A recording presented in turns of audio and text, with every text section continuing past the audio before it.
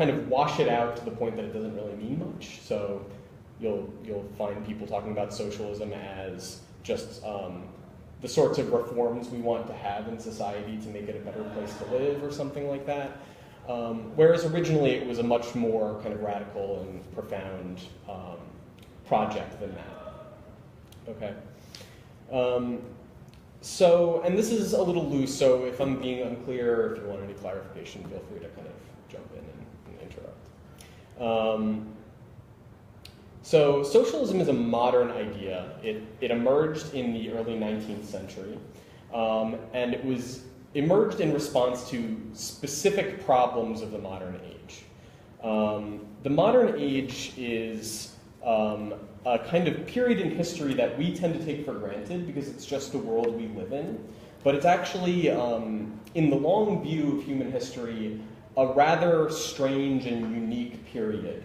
And it's, there's a sense in which it's always been questionable whether modern society was a good idea, whether it was a sustainable idea, whether it was a good thing that we moved into this new kind of society. So just to give you a sense of what I'm talking about here, for most of human history, going back to the dawn of civilization as we think of it, going back to the origins of settled agricultural societies, the point at which human beings ceased to be nomadic hunter-gatherers and in large numbers began to live in settlements with property, with writing, with money, with systematic agriculture and animal raising and so on, and with government, with law, with war, in the kind of full-on sense that we think of it.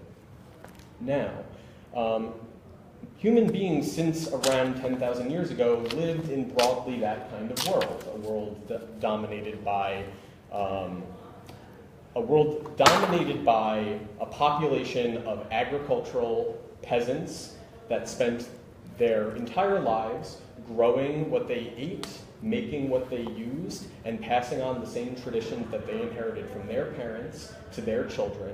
And that was the meaning of life, to do what you were put on this earth to do, to fulfill your role in the divine order of the world. Now, of course, not everybody in these kinds of societies were peasants. There were, in addition to the vast numbers of people living on the land, growing the food that everyone ate, there were small numbers of people that managed to take a leading role over the peasant masses in the form of warriors and priests that would organize society, that would use the wealth that was created by all this peasant labor on the countryside, and would create the great artifacts of civilization as we know them, the great epics, the great works of architecture and art, and all of the religious traditions that we have handed down to us. So this is, in various different forms, the kind of world human beings lived in from about 10,000 years ago up until only about 500 or 600 years ago, depending on how you kind of specifically date it. Again, around, say, 500 or 600 years ago, a new kind of society started to emerge as this old agricultural world started to fall apart. I won't go too much into detail of why it started to fall apart, but feel free to ask. But in general, the kind of change that was going on was the peasant population that sustained society by growing the food that people need to survive was increasingly divorced from their role as peasants. They were divorced from the land they worked, and they were forced into circumstances in which, in order to survive, they had to go and find someone to employ them as wage laborers.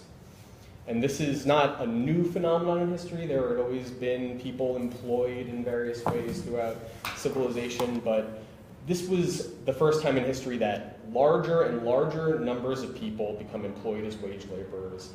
And the effect that has is really profound, because what ends up happening is wage labor and the social relations that derive from that end up gradually and then rapidly replacing the kind of society based on peasants and their masters all over the world. First in Northern Europe, then spreading around Europe, and then spreading around the rest of the world. The thing that happens when you start using wage labor instead of peasant production is there's kind of a twofold effect. On the one hand, you are creating this group of people that are coming out of their labor, instead of with the food they eat directly, with money that they have to go and use to buy the things they need from somebody else. And for most of history, it was only a very tiny number of people that would ever engage in these sorts of commercial interactions, let alone as an integral part of their lives. With the dawn of the modern age, what you get is more and more people, ever larger and larger numbers of people, that in order to survive, they have to engage in commerce. They have to go out and buy the things they need from somebody else who made those things, to sell them instead of to use them directly. So that creates a stimulus, a demand in the market that was never there before. And it creates new opportunities for people that are making things to sell to go out and make them and sell them and make money doing so. At the same time, in the production process, you are going from agricultural production, in which small groups of people, family units essentially, do all of the work that they need to sustain themselves, to a model where you have farmers that are employing larger and larger numbers of people as wage laborers that they can control and manipulate in ways that simply wouldn't have occurred, simply wouldn't have been necessary, coming out of the eternal repetition of the traditions of the practices you inherited from your family and the family before you. If you're a capitalist farmer, you now have these vast new potentials for productive activity available to you because you can dispose of large numbers of people doing all sorts of things that never would have occurred to people before. And when you start exploiting the potential of cooperative labor, cooperative activity, it becomes evident very quickly that it's far more productive, far more dynamic, far more revolutionary, so to speak, to produce cooperatively as a society, as a group, than to devolve the production of the necessities to small groups and individuals on the countryside. So you have increasing demand in the market, you have increasing productivity coming out of production, and these two factors stimulate each other and create a dynamic that allows the Netherlands and England, in the north of Europe where this is mostly happening at the time, to gradually and then rapidly start to outpace and dominate the great empires that covered the rest of Europe, the French and the Spanish and the Holy Roman empires. They were suddenly irrelevant despite their great military forces. A famous kind of example you'll probably remember from history class is England's defeat of the Spanish Armada, whereas England had kind of throughout European history been regarded as sort of like the little backwater off the edge of Europe. All of a sudden they've defeated the greatest empire in history, as people might have estimated at the time. And not just the greatest empire, but the empire that was notorious for its great naval fleet. So England, the Netherlands and then England even more so, prove through force, through the dynamics of their commercial society, through the productivity of their manufacturing and their agriculture, that they have tapped into a new kind of social relation that is far more dynamic, far more productive, and far more powerful than what it had replaced, the kind of ages-old traditional agricultural world. So that's the modern world. That's what in the 18th century they called bourgeois society. Bourgeois is the French term for the city dwellers. So instead of the society in which the countryside is the world, it's the bourgeois society is the society in which the city is the world, and the countryside is just kind of where they grow the food. And we still live in that world in many respects. We still live in the world in which we relate to other people through commerce. I mean, I don't know about you, but I couldn't get here today if I weren't doing something to make money to buy the things I need. And I'm sure that's the case with most of you. So commercial society arises in the 15th, 16th century, roughly.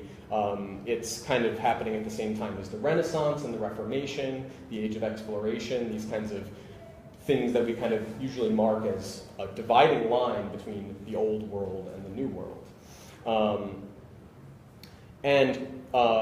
That process leads to all sorts of changes in culture, in art, in religion, in kind of all fields of social relations. But the most profound and shaking transformations occur in the beginning in the 17th century, when these changes in society begin to make their impact felt in the realm of politics. What happens in England in the 17th century, in the mid-17th century, is that these dynamic changes that had rocketed England to the superpower of Europe and really the superpower of the world, the new world empire, these changes that had at the same time allowed England to dominate the rest of the world also tore apart its society from within, making revolution necessary. So in the mid-17th century, you have the English Civil War, in which the people behind Parliament dethrone and decapitate the king and replace the monarchy with a republic under Oliver Cromwell. The idea being that instead of the monarch, who is divinely appointed, ruling over his servants on the earth, of course, the monarch is the servant of God, and the people are the servant of the monarch, and through the monarch, the servants of God.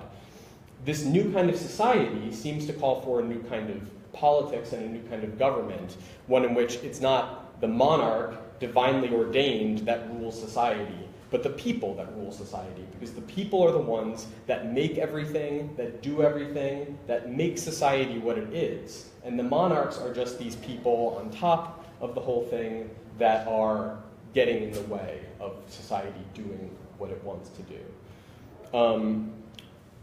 The English Revolution, or the English Civil War as it's more commonly called, doesn't last very long. The Republic falls apart. But in the course of the revolution, there are it's not exactly a democratic revolution as we would think of it now. It was much more of a kind of aristocratic or oligarchic conception of a republic. The state is the caretakers of society, but it's not like society directly governs. But within the revolutionary process, there were these elements from below demanding democratic reforms, demanding popular representation in the government, and even demanding what we would now think of as a kind of communism, a common ownership of the land, and the wealth of society. But those elements, the democratic and communistic elements, were suppressed. By the end of the 17th century, you have the monarchy restored in England, but the revolutionary elements are not really content to go back to being ruled by a king unless they get to decide who the king is and what he gets to do. And so at the end of the 17th century, there's a kind of second wave of the English Revolution where where Parliament installs a new monarch that's going to represent their interests, and that's the constitutional monarchical system that England still has to this day. The Republican and democratic and kind of proto-communistic elements in English society don't just disappear, though. That tradition survives and kind of incubates below the surface of the society. And that element very evidently re-erupts in the next century in the American Revolution. The American Revolution kind of carries on this democratic and republican radicalism that was an element of the English Revolution but didn't survive it. And so the American Revolution is obviously a revolution for the democratic republic, which again founded the government that we still have to this day. And not only that, but it was an effort to essentially force the crisis that had led to the English Revolution to develop further. So if you think about it, why was it necessary to have a republic instead of just a monarchy? Why was it necessary to have democracy instead of just a republic? Why was there this ever-increasing demand by the people to take control of the way society operates? Well, this commercial bourgeois society is one that depends on the people being free to conduct their own affairs, to decide how to live their lives, to decide what to do with their talents and their abilities and their property, and to make the world as they want it to be in cooperation with each other. And commerce was just a means of facilitating the cooperation between people.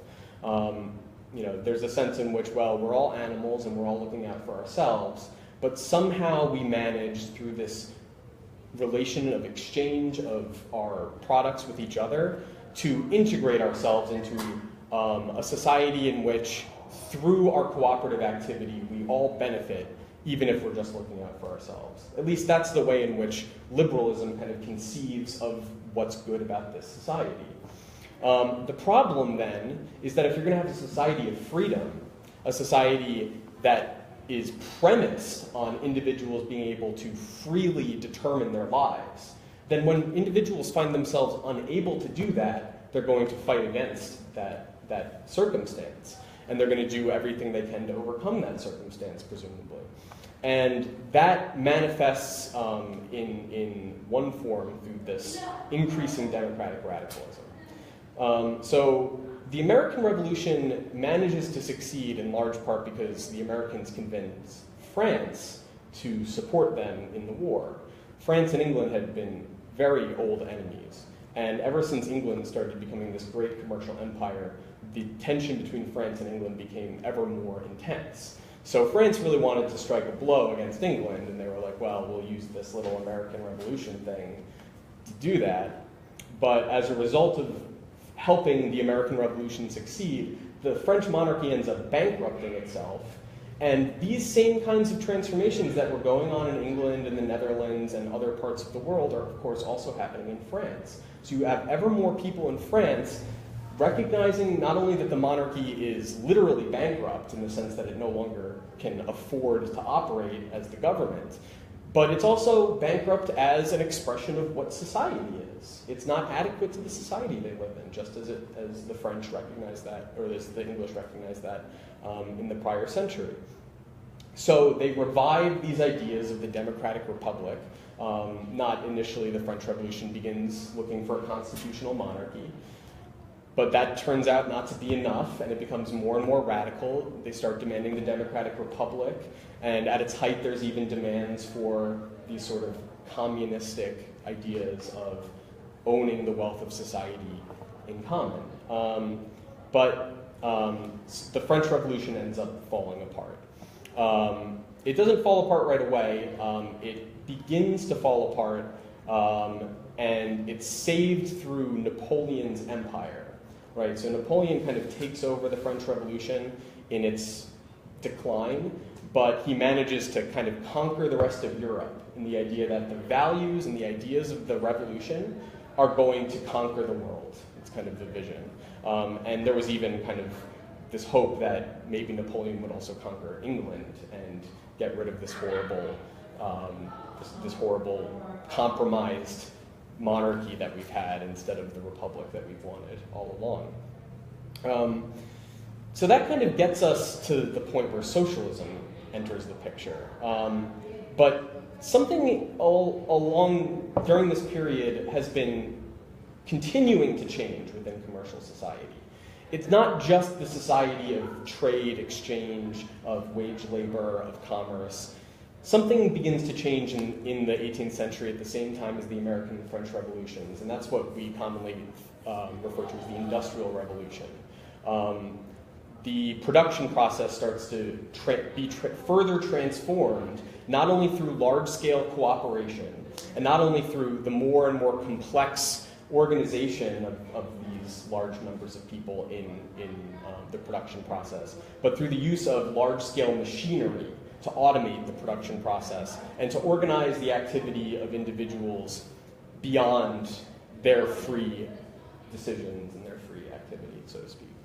The Industrial Revolution leads to an even deeper crisis than the one that kind of manifested as the desire for democracy. It led to a kind of unraveling of the very idea of a liberal commercial society. Because what you start to have, first in England and then again spreading to the rest of the world, is wage laborers who are supposed to be, in a sense, free through wage labor, confronting ever deteriorating, ever worsening circumstances as laborers. They're forced to work longer and longer hours. They find their wages stagnating or falling. They find the standard of living in their communities deteriorating. They're becoming more and more congested, overpopulated, unsafe, unclean, crime-ridden. They find labor increasingly difficult to secure. They find themselves subject to the possibility of unemployment. Unemployment becomes ever more of a threat. You have ever-growing populations of unemployed in the cities that are kind of growing and growing. So you have this kind of accumulating crisis where it looks like, well, commercial society and liberalism and, in a sense, democracy got us this far, but now what happens? In a sense, what happens now? This is a new kind of problem. And is democracy the solution, or do we need some kind of more profound solution? So the way this was referred to at the time in the early 19th century was the social question, in a sense. What do we do about what is happening to society? Does the government give relief to the poor? Do they employ unemployed people through government-owned workhouses? Do they, what do they do? What do we do in this situation? So it's in this context that the idea of socialism arises. And it specifically arises in its kind of emblematic form as an idea of this kind of interesting individual named Robert Owen. Owen was a young man at the time of the French Revolution, growing up in England, or in Wales actually. And at a very young age, he decided he wanted to move to the city and make his way in the world in commerce. He wanted to learn his trade and excel and so on. And he moves to Manchester, and he ends up in a very short period of time, at a very young age, becoming essentially one of the most successful factory owners in Manchester. Now, he's not just this kind of ruthless, cunning individual, though. He has sort of these higher hopes and higher aspirations.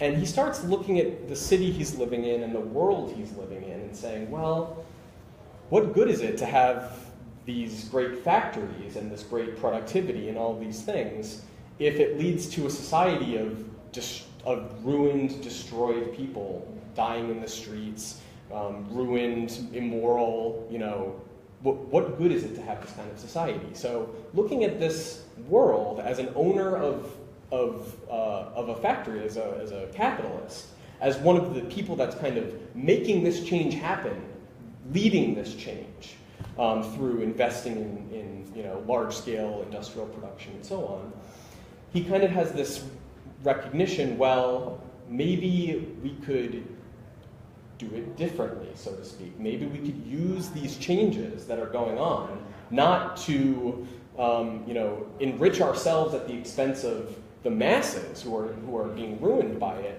but we could use this new productivity, this new this kind of incredible development of productive power to benefit all of humanity. Maybe we could use these changes to develop a kind of society that whose purpose is to fully develop the individuals within it, to allow them to fully develop themselves as individuals, as opposed to kind of throwing themselves between the gears of the machines, more or less literally, right? So, Owen's idea is kind of idealistic and utopian. He sort of has this idea that you can found a new community where you intentionally plan the way things are done, what's produced, how things are exchanged, what kind of institutions you have, how people live, what their responsibilities are. You can kind of consciously organize the way people live in a way that benefits them all and allows them all to fully develop themselves. And he thinks, well, if that's going to happen, we have to convince people like me, the wealthy, influential people in society, to think this is a good idea and to want to do it, so that the people that are investing in these new factories and developing these new towns, they do it the way that they should do it. They do it in this new way. And he thinks, well, the best way to probably get that idea across is to go out there and build some communities that are working on these principles and show people that this is the way that we could live. So Owen spends much of the 1820s in the United States, and Owen's not the only one thinking along these lines. There's other kinds of socialist kind of visionaries that, with the same sort of idea at the same time. And a lot of them end up going to America and founding these sorts of communes to demonstrate that there's a different way in which we could organize society, to show people that we should want more from society than what we have right now, and that it's possible to organize it. So there's these sorts of utopian commune experiments all over America and in Europe too, in the early 19th century, and they don't really pan out. They don't really survive very long. And to the extent that they do survive and they do kind of have something to show for this idea, it's not really convincing anybody with any wealth or influence. Some people might entertain it as an interesting idea, but you're not getting, the capitalist or aristocratic, owners of wealth saying, yes, this is what we should do for everyone. Nonetheless, while Owen was in America, the working class in England, and especially in cities like Manchester and London, where things are extremely, where things have kind of gone very rapidly downhill, are increasingly learning about Owen's ideas and realizing maybe we should be fighting for this kind of change of society, because aren't we the ones who stand to benefit the most from it? Owen himself didn't really think much of the workers. He kind of thought, well, these people have been ruined. We can't expect them to do anything. Not to mention, even if they hadn't been ruined, they don't have any wealth or influence. They're just workers. But the workers themselves took up Owen's ideas and began organizing on the basis of those ideas.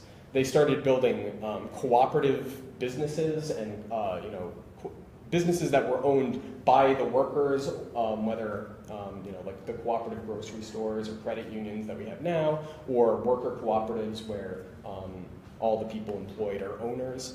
These sorts of models are being developed, and there's this idea, well, maybe if we build a lot of these cooperatives and get them to work together, maybe we can get people to stop building these kind of capitalist businesses and start converting to these cooperative businesses, and maybe eventually we'll transition away from capitalist businesses where the owners just want to suck the workers dry, get everything they can out of them and give them nothing in return, and instead replace these capitalist businesses with cooperative businesses that cooperate with each other, and eventually we'll have a society of cooperation, a cooperative commonwealth. And that idea has some traction in the 1820s, but it doesn't really work. It doesn't really get them anywhere, similarly to the communes. But the cooperatives keep going, and they play certain roles, and they kind of help this movement develop. At the same time, you also have trade unions beginning to organize, workers organizing to defend their interests in the workplace. And you have workers organizing. Remember that England is not the kind of democratic republic. The democratic republican tradition is still there. And the workers are saying, well, we should be the ones demanding democracy because we're the ones that stand the most to benefit from it. And if we want a socialist transformation of society, and we're not going to be able to do that just by making these cooperatives, maybe we can use democracy to use the government to lead this socialist transformation of society. So some of Owen's followers in the working class movement developed this new project called Chartism. They have this document called the Charter, which is a list of democratic demands for reforms. And you have this large and ever-growing mass of these working class people that are involved in all these socialist experiments. They're being exposed to all these socialist ideas, and they're desperate to change things. It's not like this is just a flight of fancy, like they are desperate to do something about this deteriorating situation they're in. They begin demanding democracy from the parliament. So they bring the charter to Parliament in 1839. They have these mass demonstrations all over England saying, we demand this, you must consider this, and Parliament just basically says, go, forget about it, no. Again, throughout the turn of the 1840s, you have several different attempts. The Chartists are mobilizing more and more people are getting on board with this project, more and more people are radicalizing and realizing, like, we want democracy, but not just democracy. The point is we need democracy because we have to continue transforming society. We have to take responsibility for the society that we live in. And socialism is the way we're going to do that. So, 1840, 1842, they keep going to Parliament, they keep trying to get Parliament to pass these reforms, and Parliament is just not having it. So, throughout the 1840s, you have this frustration and radicalization, but also this kind of frustration. They don't really know what to do exactly. The struggle for democratic rights just doesn't seem to be making any progress. At the same time, as I said, the French Revolution collapsed. The Napoleonic Empire collapsed. And the rest of Europe during the same period has returned to the despotic rule of the monarchs that the revolution was trying to overthrow. So throughout Europe, you have all these people that are living under the yoke of despotic monarchies that are desperate for the modern social relations that they've been exposed to because of Napoleon and because of these new ideas coming out of Western Europe. And they want the Democratic Republic too. They want the revolution to continue. They want to make the revolution there. And some of them in places like France, where the industrialization process is starting to have an effect, they're also starting to say, and we want socialism. That's why we want democracy. So 1848 comes around, and 1848 begins very propitiously because you start having these explosive revolts that culminate in revolutions that start popping up all over Europe, including in France. They cast off the monarch, they establish a republic, and in this republic, this democratic republic, the people that make the revolution include elements of this working class socialist movement. So in the constitution that they write, they include in the constitution that everyone in France has the right to work, the right to be employed. In other words, if you can't find employment, the government will make sure that you can find employment. And that seems to be a victory for socialism, because that would get rid of unemployment, presumably. At the same time in England, the Chartist movement is saying, well, we have these revolutions going on. This is our moment. We have to bring our demands back to Parliament. And they do that, and they organize this massive demonstration outside of Parliament. They bring a petition with 6 million signatures. They have hundreds of thousands of workers gathered outside in Kennington Common. And the idea being, they're bringing this petition to Parliament and saying, Europe is erupting in revolution. We have hundreds of thousands of people right outside your gates. We have millions of people around the country supporting us. You're going to give us these democratic demands, or the revolution is coming to England. And so that was the threat. But the leaders of the Chartist movement, while they knew what they were doing, they knew they were making that kind of threat, they weren't actually prepared to lead a revolution. Had there been some kind of violent, some kind of revolt or something, they wouldn't really have known what to do. They weren't prepared for that. And everyone knew they weren't prepared for it. So that giant demonstration ends with Parliament saying, no. And the workers disperse peacefully and demoralized. And socialism has never really recovered in England since then. That's why they'd never had a socialist party. They had a Labour Party, which was like kind of halfway there. In France, at the same time, you have this sort of socialist, pseudo-socialist democratic republic that is in deep, deep crisis because revolutions are not exactly economically stable situations. And they inherit this deep kind of financial instability. They can't really manage the situation. And what ends up happening is the workhouses that they establish to employ the workers are essentially the first thing on the chopping block. They say, we can't afford this anymore. This is leading to all sorts of problems. We're getting rid of this. Whereas the workers are saying, we made this revolution. We demanded the right to be employed. It's in our Constitution. It's our right. You can't take the workhouses away from us. So they go out and they demonstrate in the streets of Paris in June. And the revolutionary democratic government sends in the National Guard and massacres them en masse in the streets of Paris.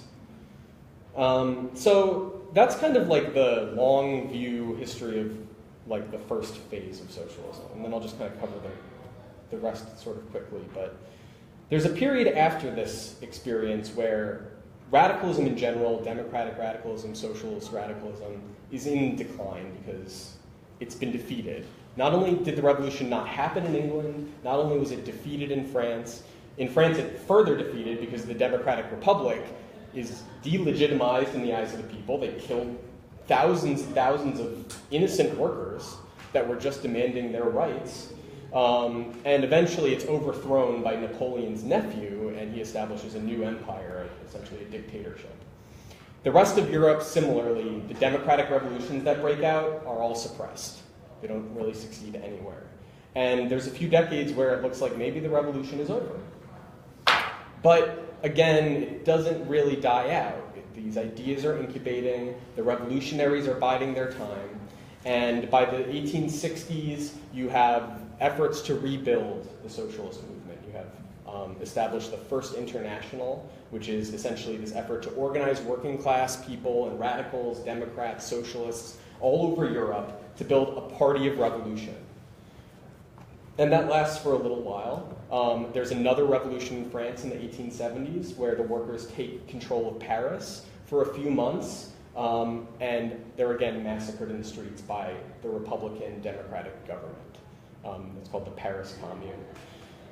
So that phase kind of ends, and then you have this new project that kind of emerges from that of building mass socialist parties that are going to not just make revolution in the sense of make the Democratic Republic, overthrow the monarchs and have a Democratic Republic. They begin to realize democracy is necessary, but it's not enough, because every time there's a democratic revolution and we raise our socialist demands, the Democrats are the ones that massacre us. The Democrats are the ones that suppress us. And these are just the biggest, flashiest events I'm pointing to, but there's a deep, complex history of this happening all over the world. And so the socialist movement begins looking to the leadership of Marx and Engels. Famously, Marxism is kind of the way in which socialism survives and overcomes this failure in the 19th century. Marx and Engels were German radicals that were in exile in the 1840s. They lived in England during the peak of Chartism. They absorbed these experiences. They learned the lessons of this experience. They were in France and Germany before the revolution. They were in correspondence with the revolutionaries. They watched very closely what happened in France. They participated in the failed revolution in Germany, and they learned the lessons of that. They helped organize the First International, and their comrades were part of the group that made the Paris Commune, and they learned the lessons of that. And in the 1870s, 1880s, 1890s, Marx and Engels and their followers who have absorbed these lessons and realize what's necessary, take on the task of building mass socialist parties that are going to make and lead the revolution themselves, and not try to make revolution with the Democrats who they know will betray them. So that's called the Second International, or socialism, in the kind of social democracy is the term at the time. The project of social democracy is to build a world party, a world revolutionary party that will make revolution and lead the revolution all over the world for the sake of realizing socialism. And that project grows and grows and grows past the turn of the 20th century until around 1912. You have these massive parties in Germany. The Social Democratic Party was on the brink of claiming power. They had a majority in the parliament. They were a massive force. They were really the largest institution in German society. Likewise, in other European countries to a lesser extent, we even had a mass socialist party in the United States, the Socialist Party of America, which, while not as big and influential, was a very large, very powerful, very influential party. Certainly much bigger and more powerful and influential than anything that we've had since then. And in Russia, of course, famously, the Social Democrats are the Lenin and Trotsky and the people that will become the Communist Party. Everyone knew in the early 20th century that there was going to be some massive war in Europe. And because there was this buildup of force, this buildup of military force, of industrial force, there were these constant tensions and clashes between these giant powers with border disputes everywhere. Everyone knew there was going to be some kind of war. And the socialist movements basically looked at this situation and said, if we can't do something about this war, then, if we can't prevent this war from happening, then we're not in a position to make revolution. The idea basically being that the war is what's going to happen if we fail to lead the revolution. We can stop this war if the efforts of these rulers to make a world war in Europe, if we can effectively use that to delegitimize them in the eyes of their subjects, if we can point to this war and say, this is what their rule gets you. You need revolution. The idea was socialism could potentially be victorious throughout Europe. And the strategy of the Second International was the parties of the Second International will stand with each other and oppose the war that our national governments try to make.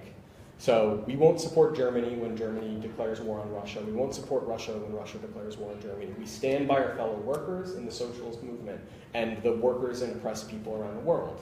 And so in a sense, the idea was if they have a world war, they will prove that they cannot lead anymore. They have essentially forsaken their right to lead.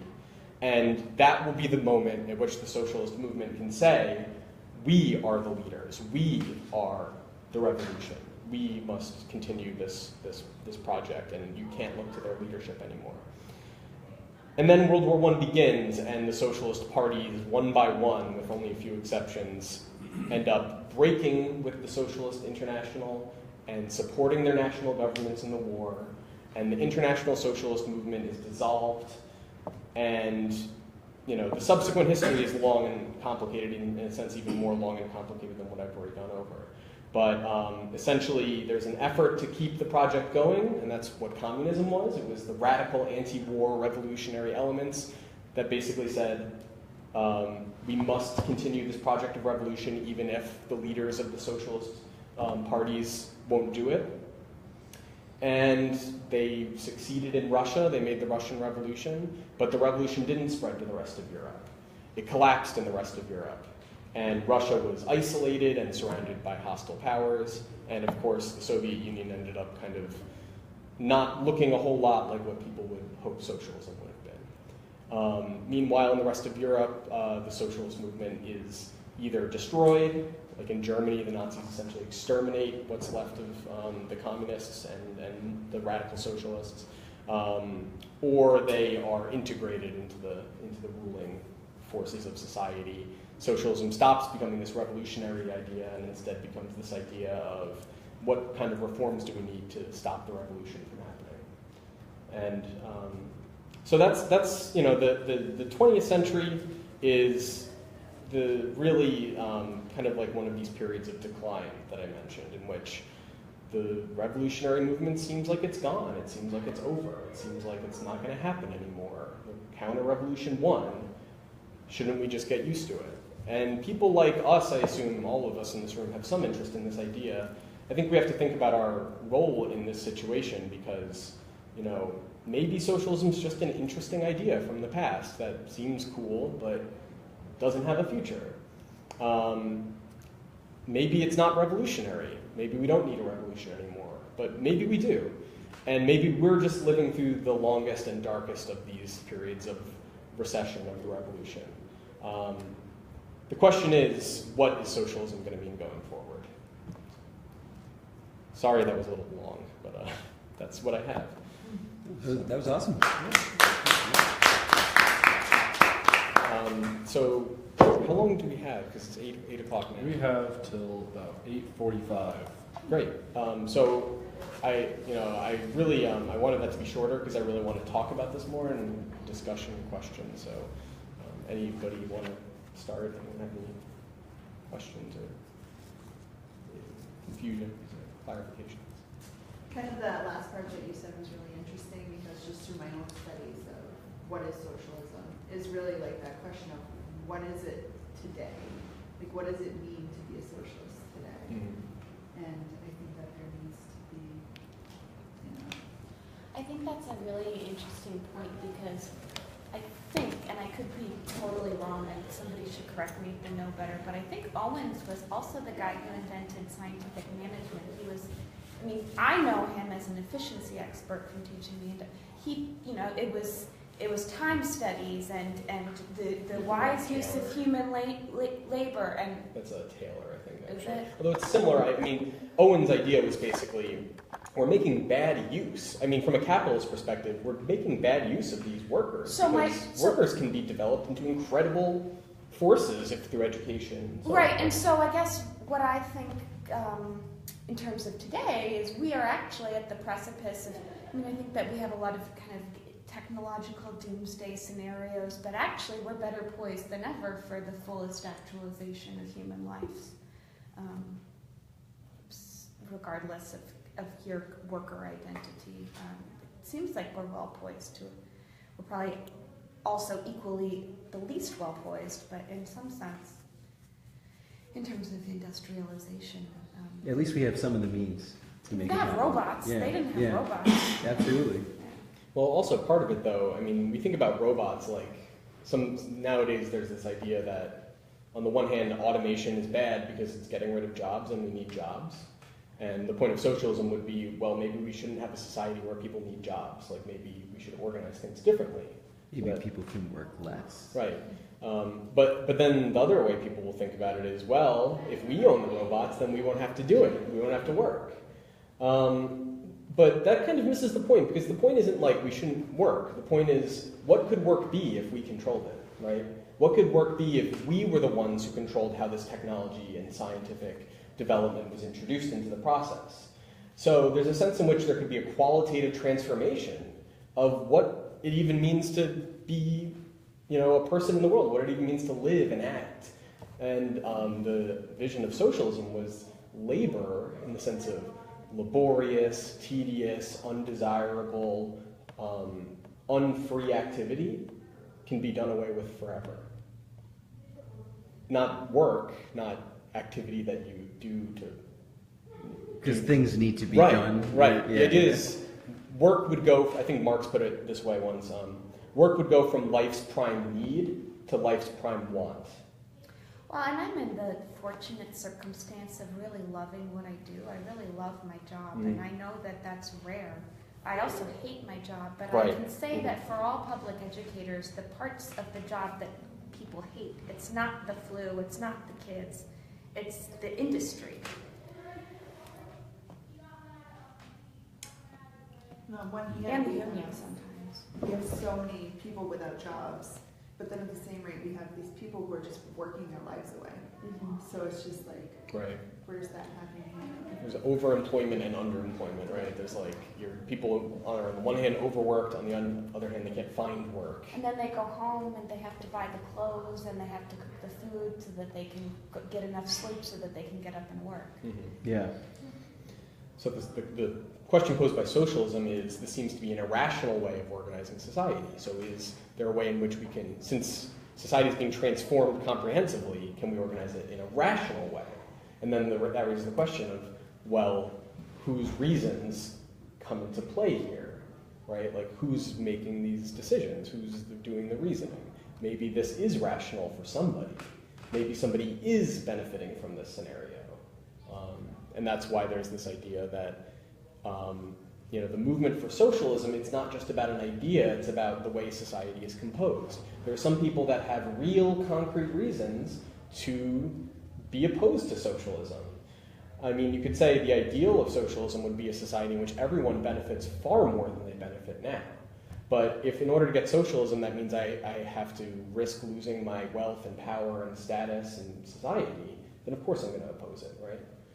Whereas, That's rational. Whereas the working people were the ones that didn't have anything to lose. But again, there's an irrationality behind capitalism where if you have a kind of cooperative body of investors, there may be 6 or 7 cooperative, compassionate human minds, but when it comes to seeking the interest of capital, there is no human mind there, it's just an empty body of of investment, right? I mean, it's not like you can be rational if there's no mind behind it. Right. I mean, I would even say, it's not like capitalism is this system that these evil people cooked up to oppress us or something.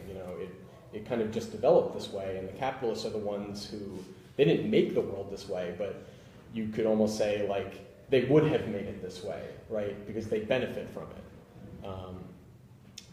So that's, it's easy to try to villainize people, but the point isn't that they're evil. The point is that they won't stand by the revolution. And the revolution is for their benefit too, but they just can't understand that.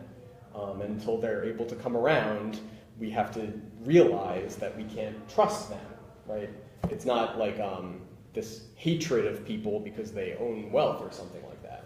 Of course there's resentment and so on. I mean, it's a revolution, right? There's a lot of people that are unhappy, that don't understand things in this kind of historical level. They think, well, there are these people that are treating me like shit, and I want to get back at them. The question is there something rational at the core of that goes beyond just resentment and hate and division? And that's what the socialist movement kind of promised. Yeah. So my understanding of the 20th century was that it was really hold on. Sorry, but I'm just thinking of the example of Portugal as you could possibly argue that was a revolution, the Carnation Revolution, and my observation would be that was the one place in Europe where the population was interested in the anti-imperialist wars going on in the former colonies, and they were interested in renewing the government rather than just having a social democracy that depends on imperialism, which is different from like what France and England would want. Yeah, I would say or even more recently, look at something like the Arab Spring, right? There's a sense in which it's clear that revolution is still necessary, in the sense that it doesn't stop at least Bubbling potentially up. happening, right? Yeah. There's a sense in which all sorts of things that have happened over the last 50 years, and including during the 60s as well, there were actual revolutions.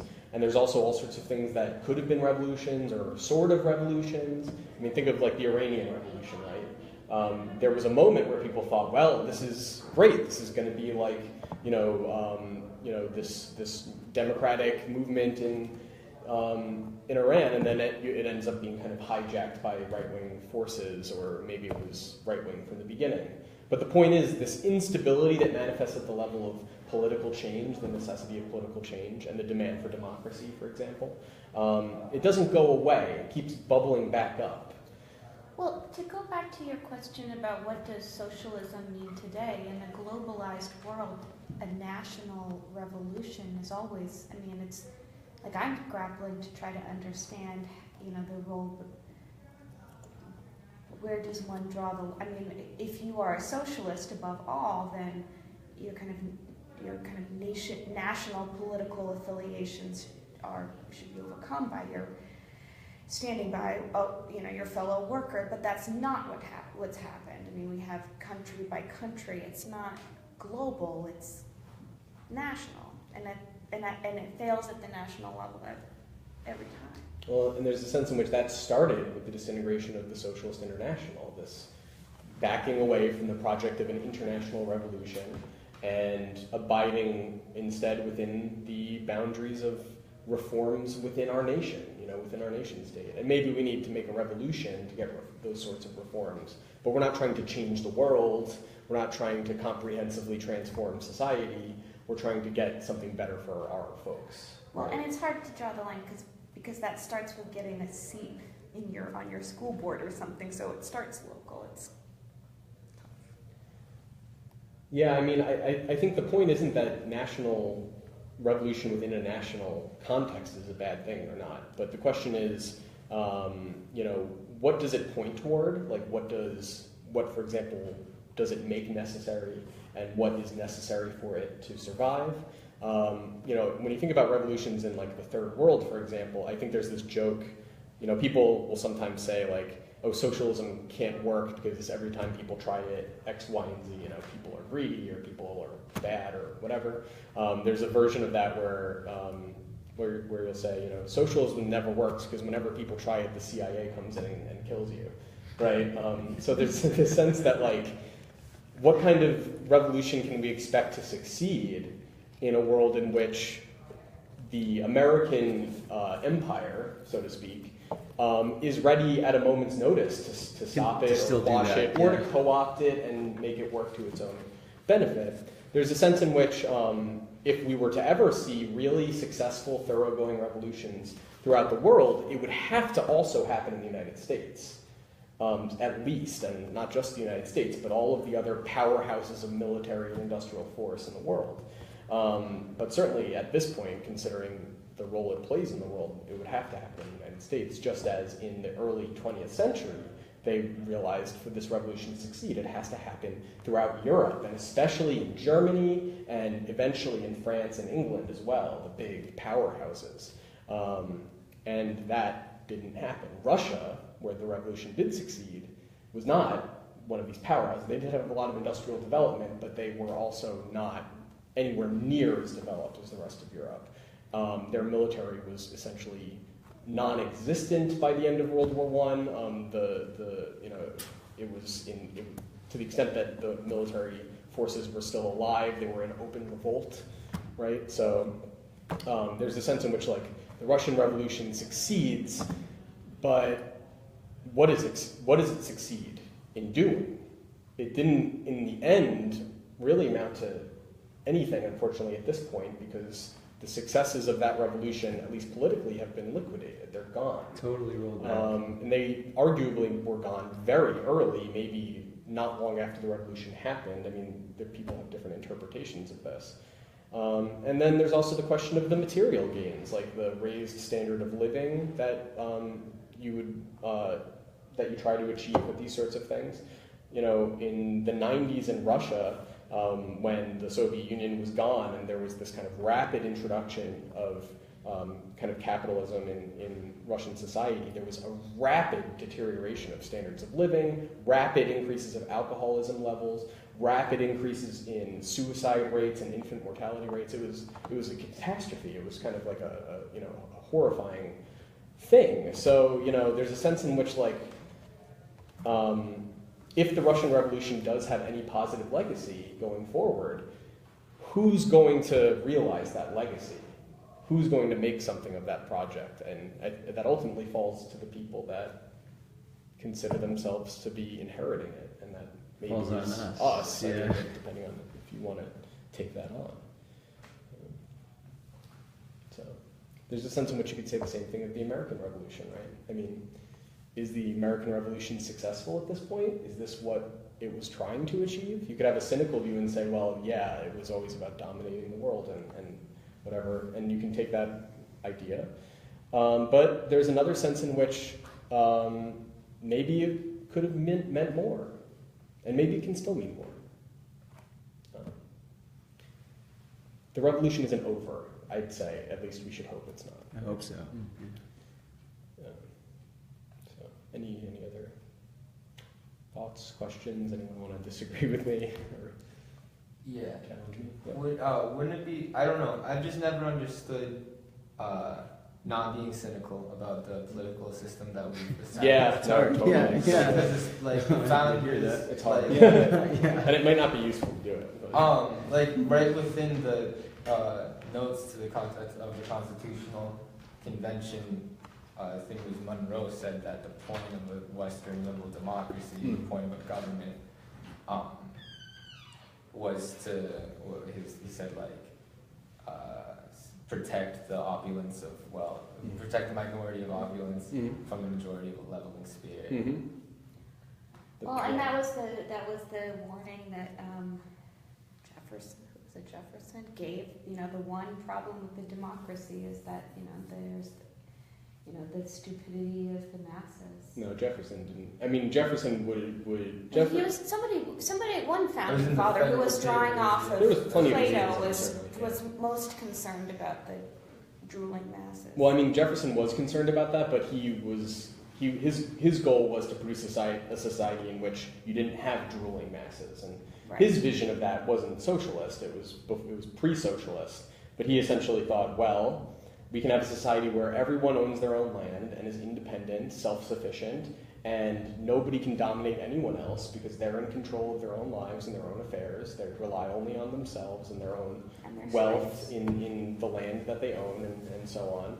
And to what extent that we have society, that we have cities and commerce and interaction between people and society, they interact with each other as free, equal, independent citizens. That was his ideal. Now, obviously, that was never really realistic, and it was at least always idealistic. There's a sense in which the socialist movement inherits that aspiration, though. Marx puts it this way in the program he helped write for the French Workers' Party, where he basically says, in order for the working people to be free, they have to control the means of their own labor, the means of their own employment. And there's only two forms in which they can do that. They can either each individually control the means of their own labor, which, that kind of society has never existed, where everyone owned the means of their own labor. That kind of society has never existed, and to what extent that exists now, it's already disappearing. You're increasingly having, you have a working class that increasingly owns nothing, that are increasingly impoverished. Or you could have a society where collectively, together, society owns all of the wealth of society together and employs themselves through that wealth. So there's a sense in which that Jeffersonian idea of a society of free, independent individuals is carried forward by the socialist tradition in a different way. There are other elements in the American Revolution and all of these revolutions that are much more cynical and elitist. I mean, take a glance southward. In the American Revolution, Jefferson was from Virginia, and there were a lot of kind of enlightened slave owners, so to speak, that were we're wealthy and we're privileged, but we use our privilege to cultivate a higher sense of what humanity can be, and we aspire to more than this kind of society. But not long after Jefferson's time, and even in Jefferson's time, there were plenty of people in the same milieu who had a much kind of more despicable and ugly way of thinking about the world that they were in. My personal opinion, and anyone can disagree with me, but I think in order to have a revolution, you kind of need that cynical hatred, that fuel. Sure. I just have a problem with not having that feeling coming from a Latin background, back to the founding of this country where colonialism massacred, and then stretching over to Latin countries for their resources. I feel like that's fueled by capitalism. So that still exists today. That happens today. We routinely promote companies that murder mass people. Sorry, I'm having a really hard time. I'm not used to talking like No, that's okay. everyone's Yeah. looking at me. But companies like Coca-Cola are awful. Yeah. And I couldn't go forward if I knew that and thought that's bad, but we just have to take it, I guess. It happened. I don't know. I just think that passion isn't there if you excuse it. Well, I think one of the reasons why it's hard for that passion to be there for especially younger and younger generations is that anger is immediately bought by companies like Pepsi and Coca-Cola. So as soon as that anger towards capitalism erupts, it's purchased and then sold back to us. I mean, we see it with that weird Pepsi ad that everybody got upset about, but for a long time, from the first Coca-Cola ad that was they're singing that song, I'd like to buy the world of Coke. I mean, it's any kind of pustule of liberalism is on the market as soon as it appears. So I don't know what the solution is to that. And I don't know. I think the only solution would be a revolution because honestly, it's everywhere we go. And it's really suppressed also because I wasn't even aware of it until recently. My mom came from the Dominican Republic when she was in her early 20s, and she came speaking barely any English. She came because the town she was from in the Dominican is really impoverished. But they like survive, they get by. And it's also because of foreign capitalistic gains that they suffer. But when she came here, she was ridiculed just by like not really speaking well, her having a really heavy accent, which she still has today, and like still gets harassed for it. She didn't order her own food until she was in her 30s. So like that was a decade in this country. And that still goes on today. Like recently I did a project for my class talking about Latin American identity and the root of Latin people identifying with their cultures through that oppressed practice that's in this country. So I think that's the only solution is what I'm trying to say. And there's a lot to be very angry about.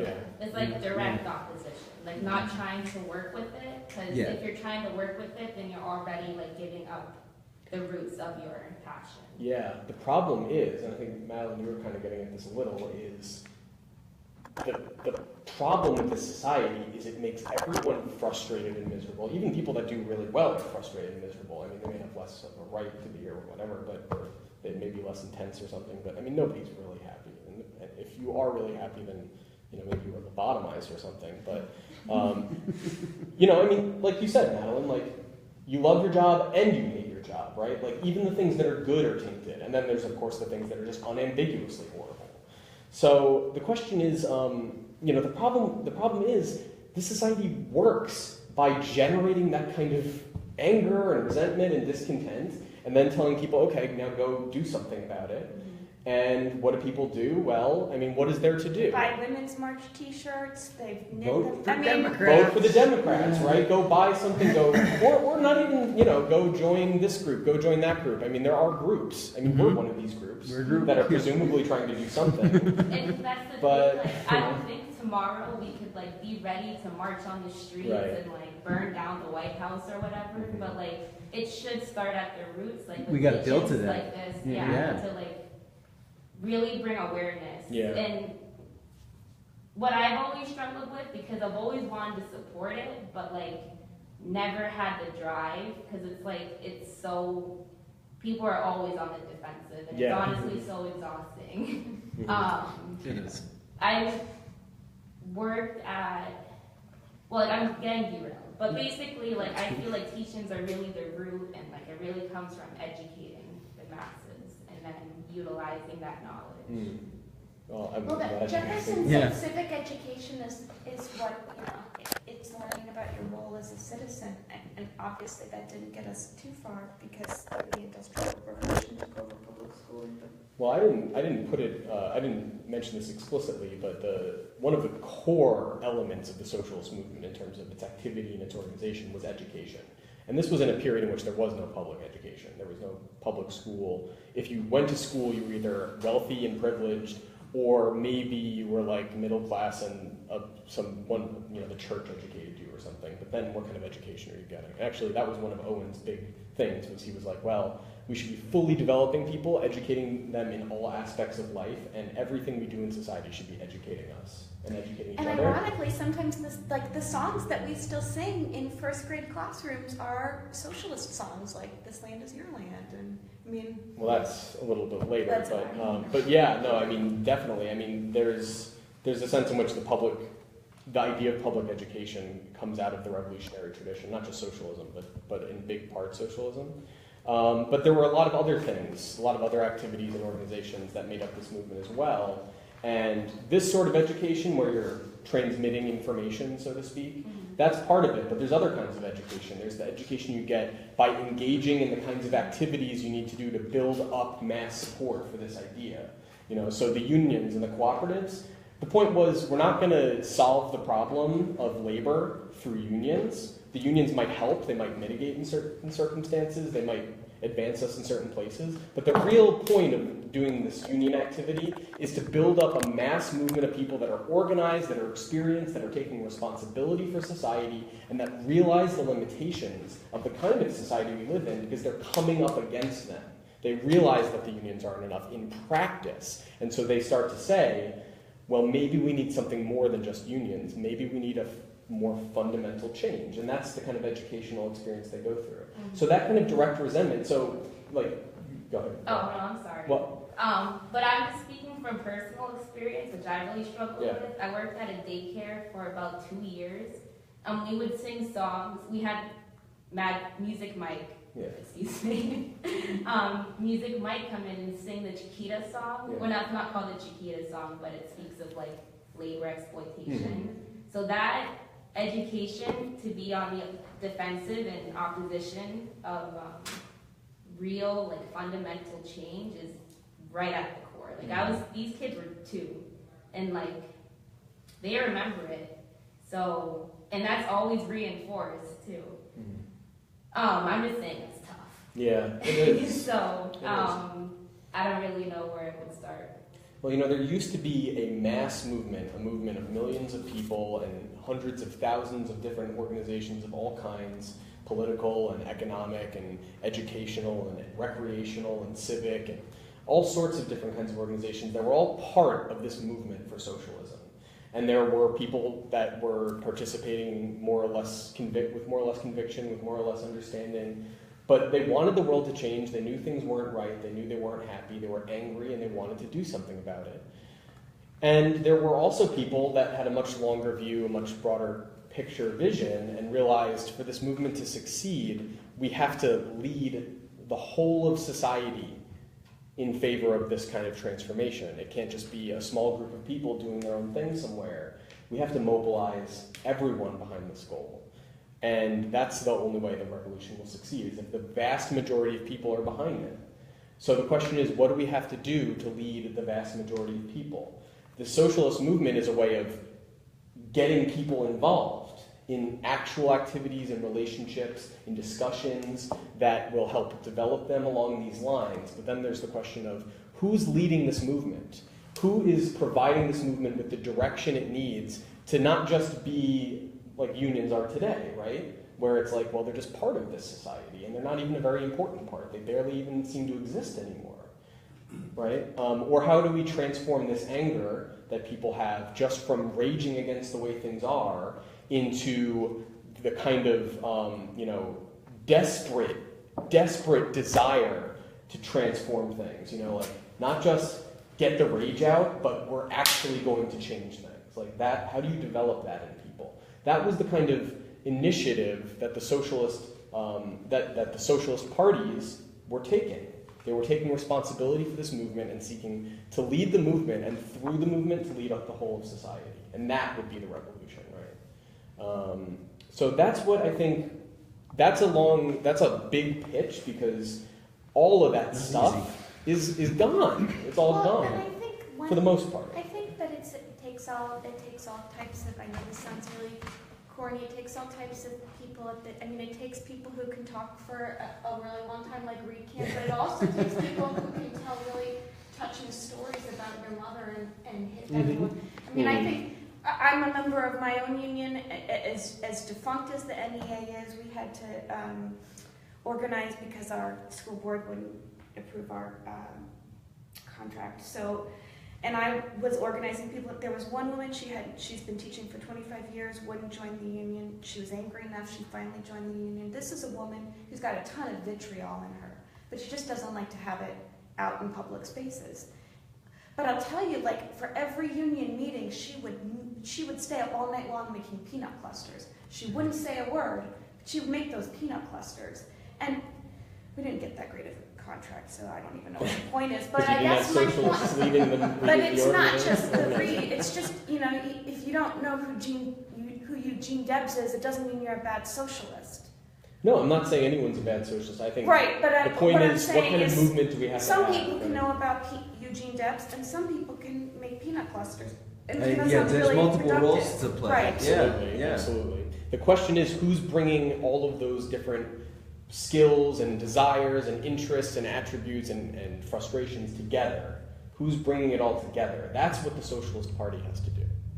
You know, that's why we need socialist organization, and that's why we have the New Hampshire Socialist Coalition to bring socialists in this region together so that we can start building together. And that's why some of us are members of the Socialist Party, because we want that project to happen nationwide and worldwide, ultimately. And maybe it won't happen because it is difficult. You know, the deck is kind of stacked. But if it's going to, I mean, the only way it does have to start kind of small and build from there with ordinary people. Yeah, and if it's not going to happen, I think I would say I would want to find that out the hard way. Yeah, let's try. Yeah, let's give it a shot here. Yeah. Because what else is there to do in this world, you know? I mean, if you're lucky enough, like us, to have the time to talk about this stuff, you better make good use of it, is what I say. Right. Yeah.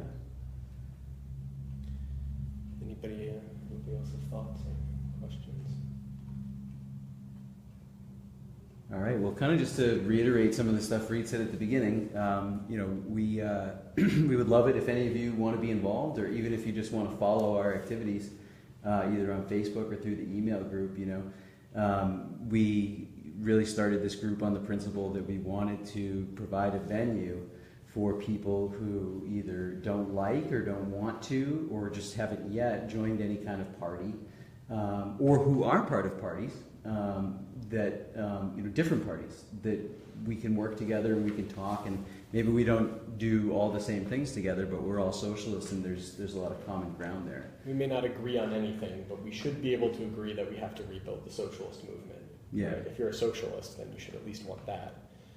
So how can we work together doing that? You know, that's kind of our ethos. Yeah, we really want to make socialism a much more normal thing in the state of New Hampshire. By talking to ordinary people, and you know, like I said, it starts with little things like this, but we hope that through building, we will be able to kind of talk to the various communities. Some of which, like Manchester and Nashua, are a little bit more concentrated in urban, and much of the state which is rural. But really get some input from people in the communities, and hopefully get their involvement and support, and find out what it is that they want, and what are some things that we can work on to make some of those things happen. Right. And that's how it starts, hopefully, and it goes from there. Yeah, this kind of education is important, but it's only one piece, and there's all of these other things that we got a lot of bases to cover. We need to figure out where to start, where we can get traction, and so on. Yeah. Well, thank you all for coming. It's been great. Yeah. Yeah. Thanks. Very nice. Thank you, everybody. It was.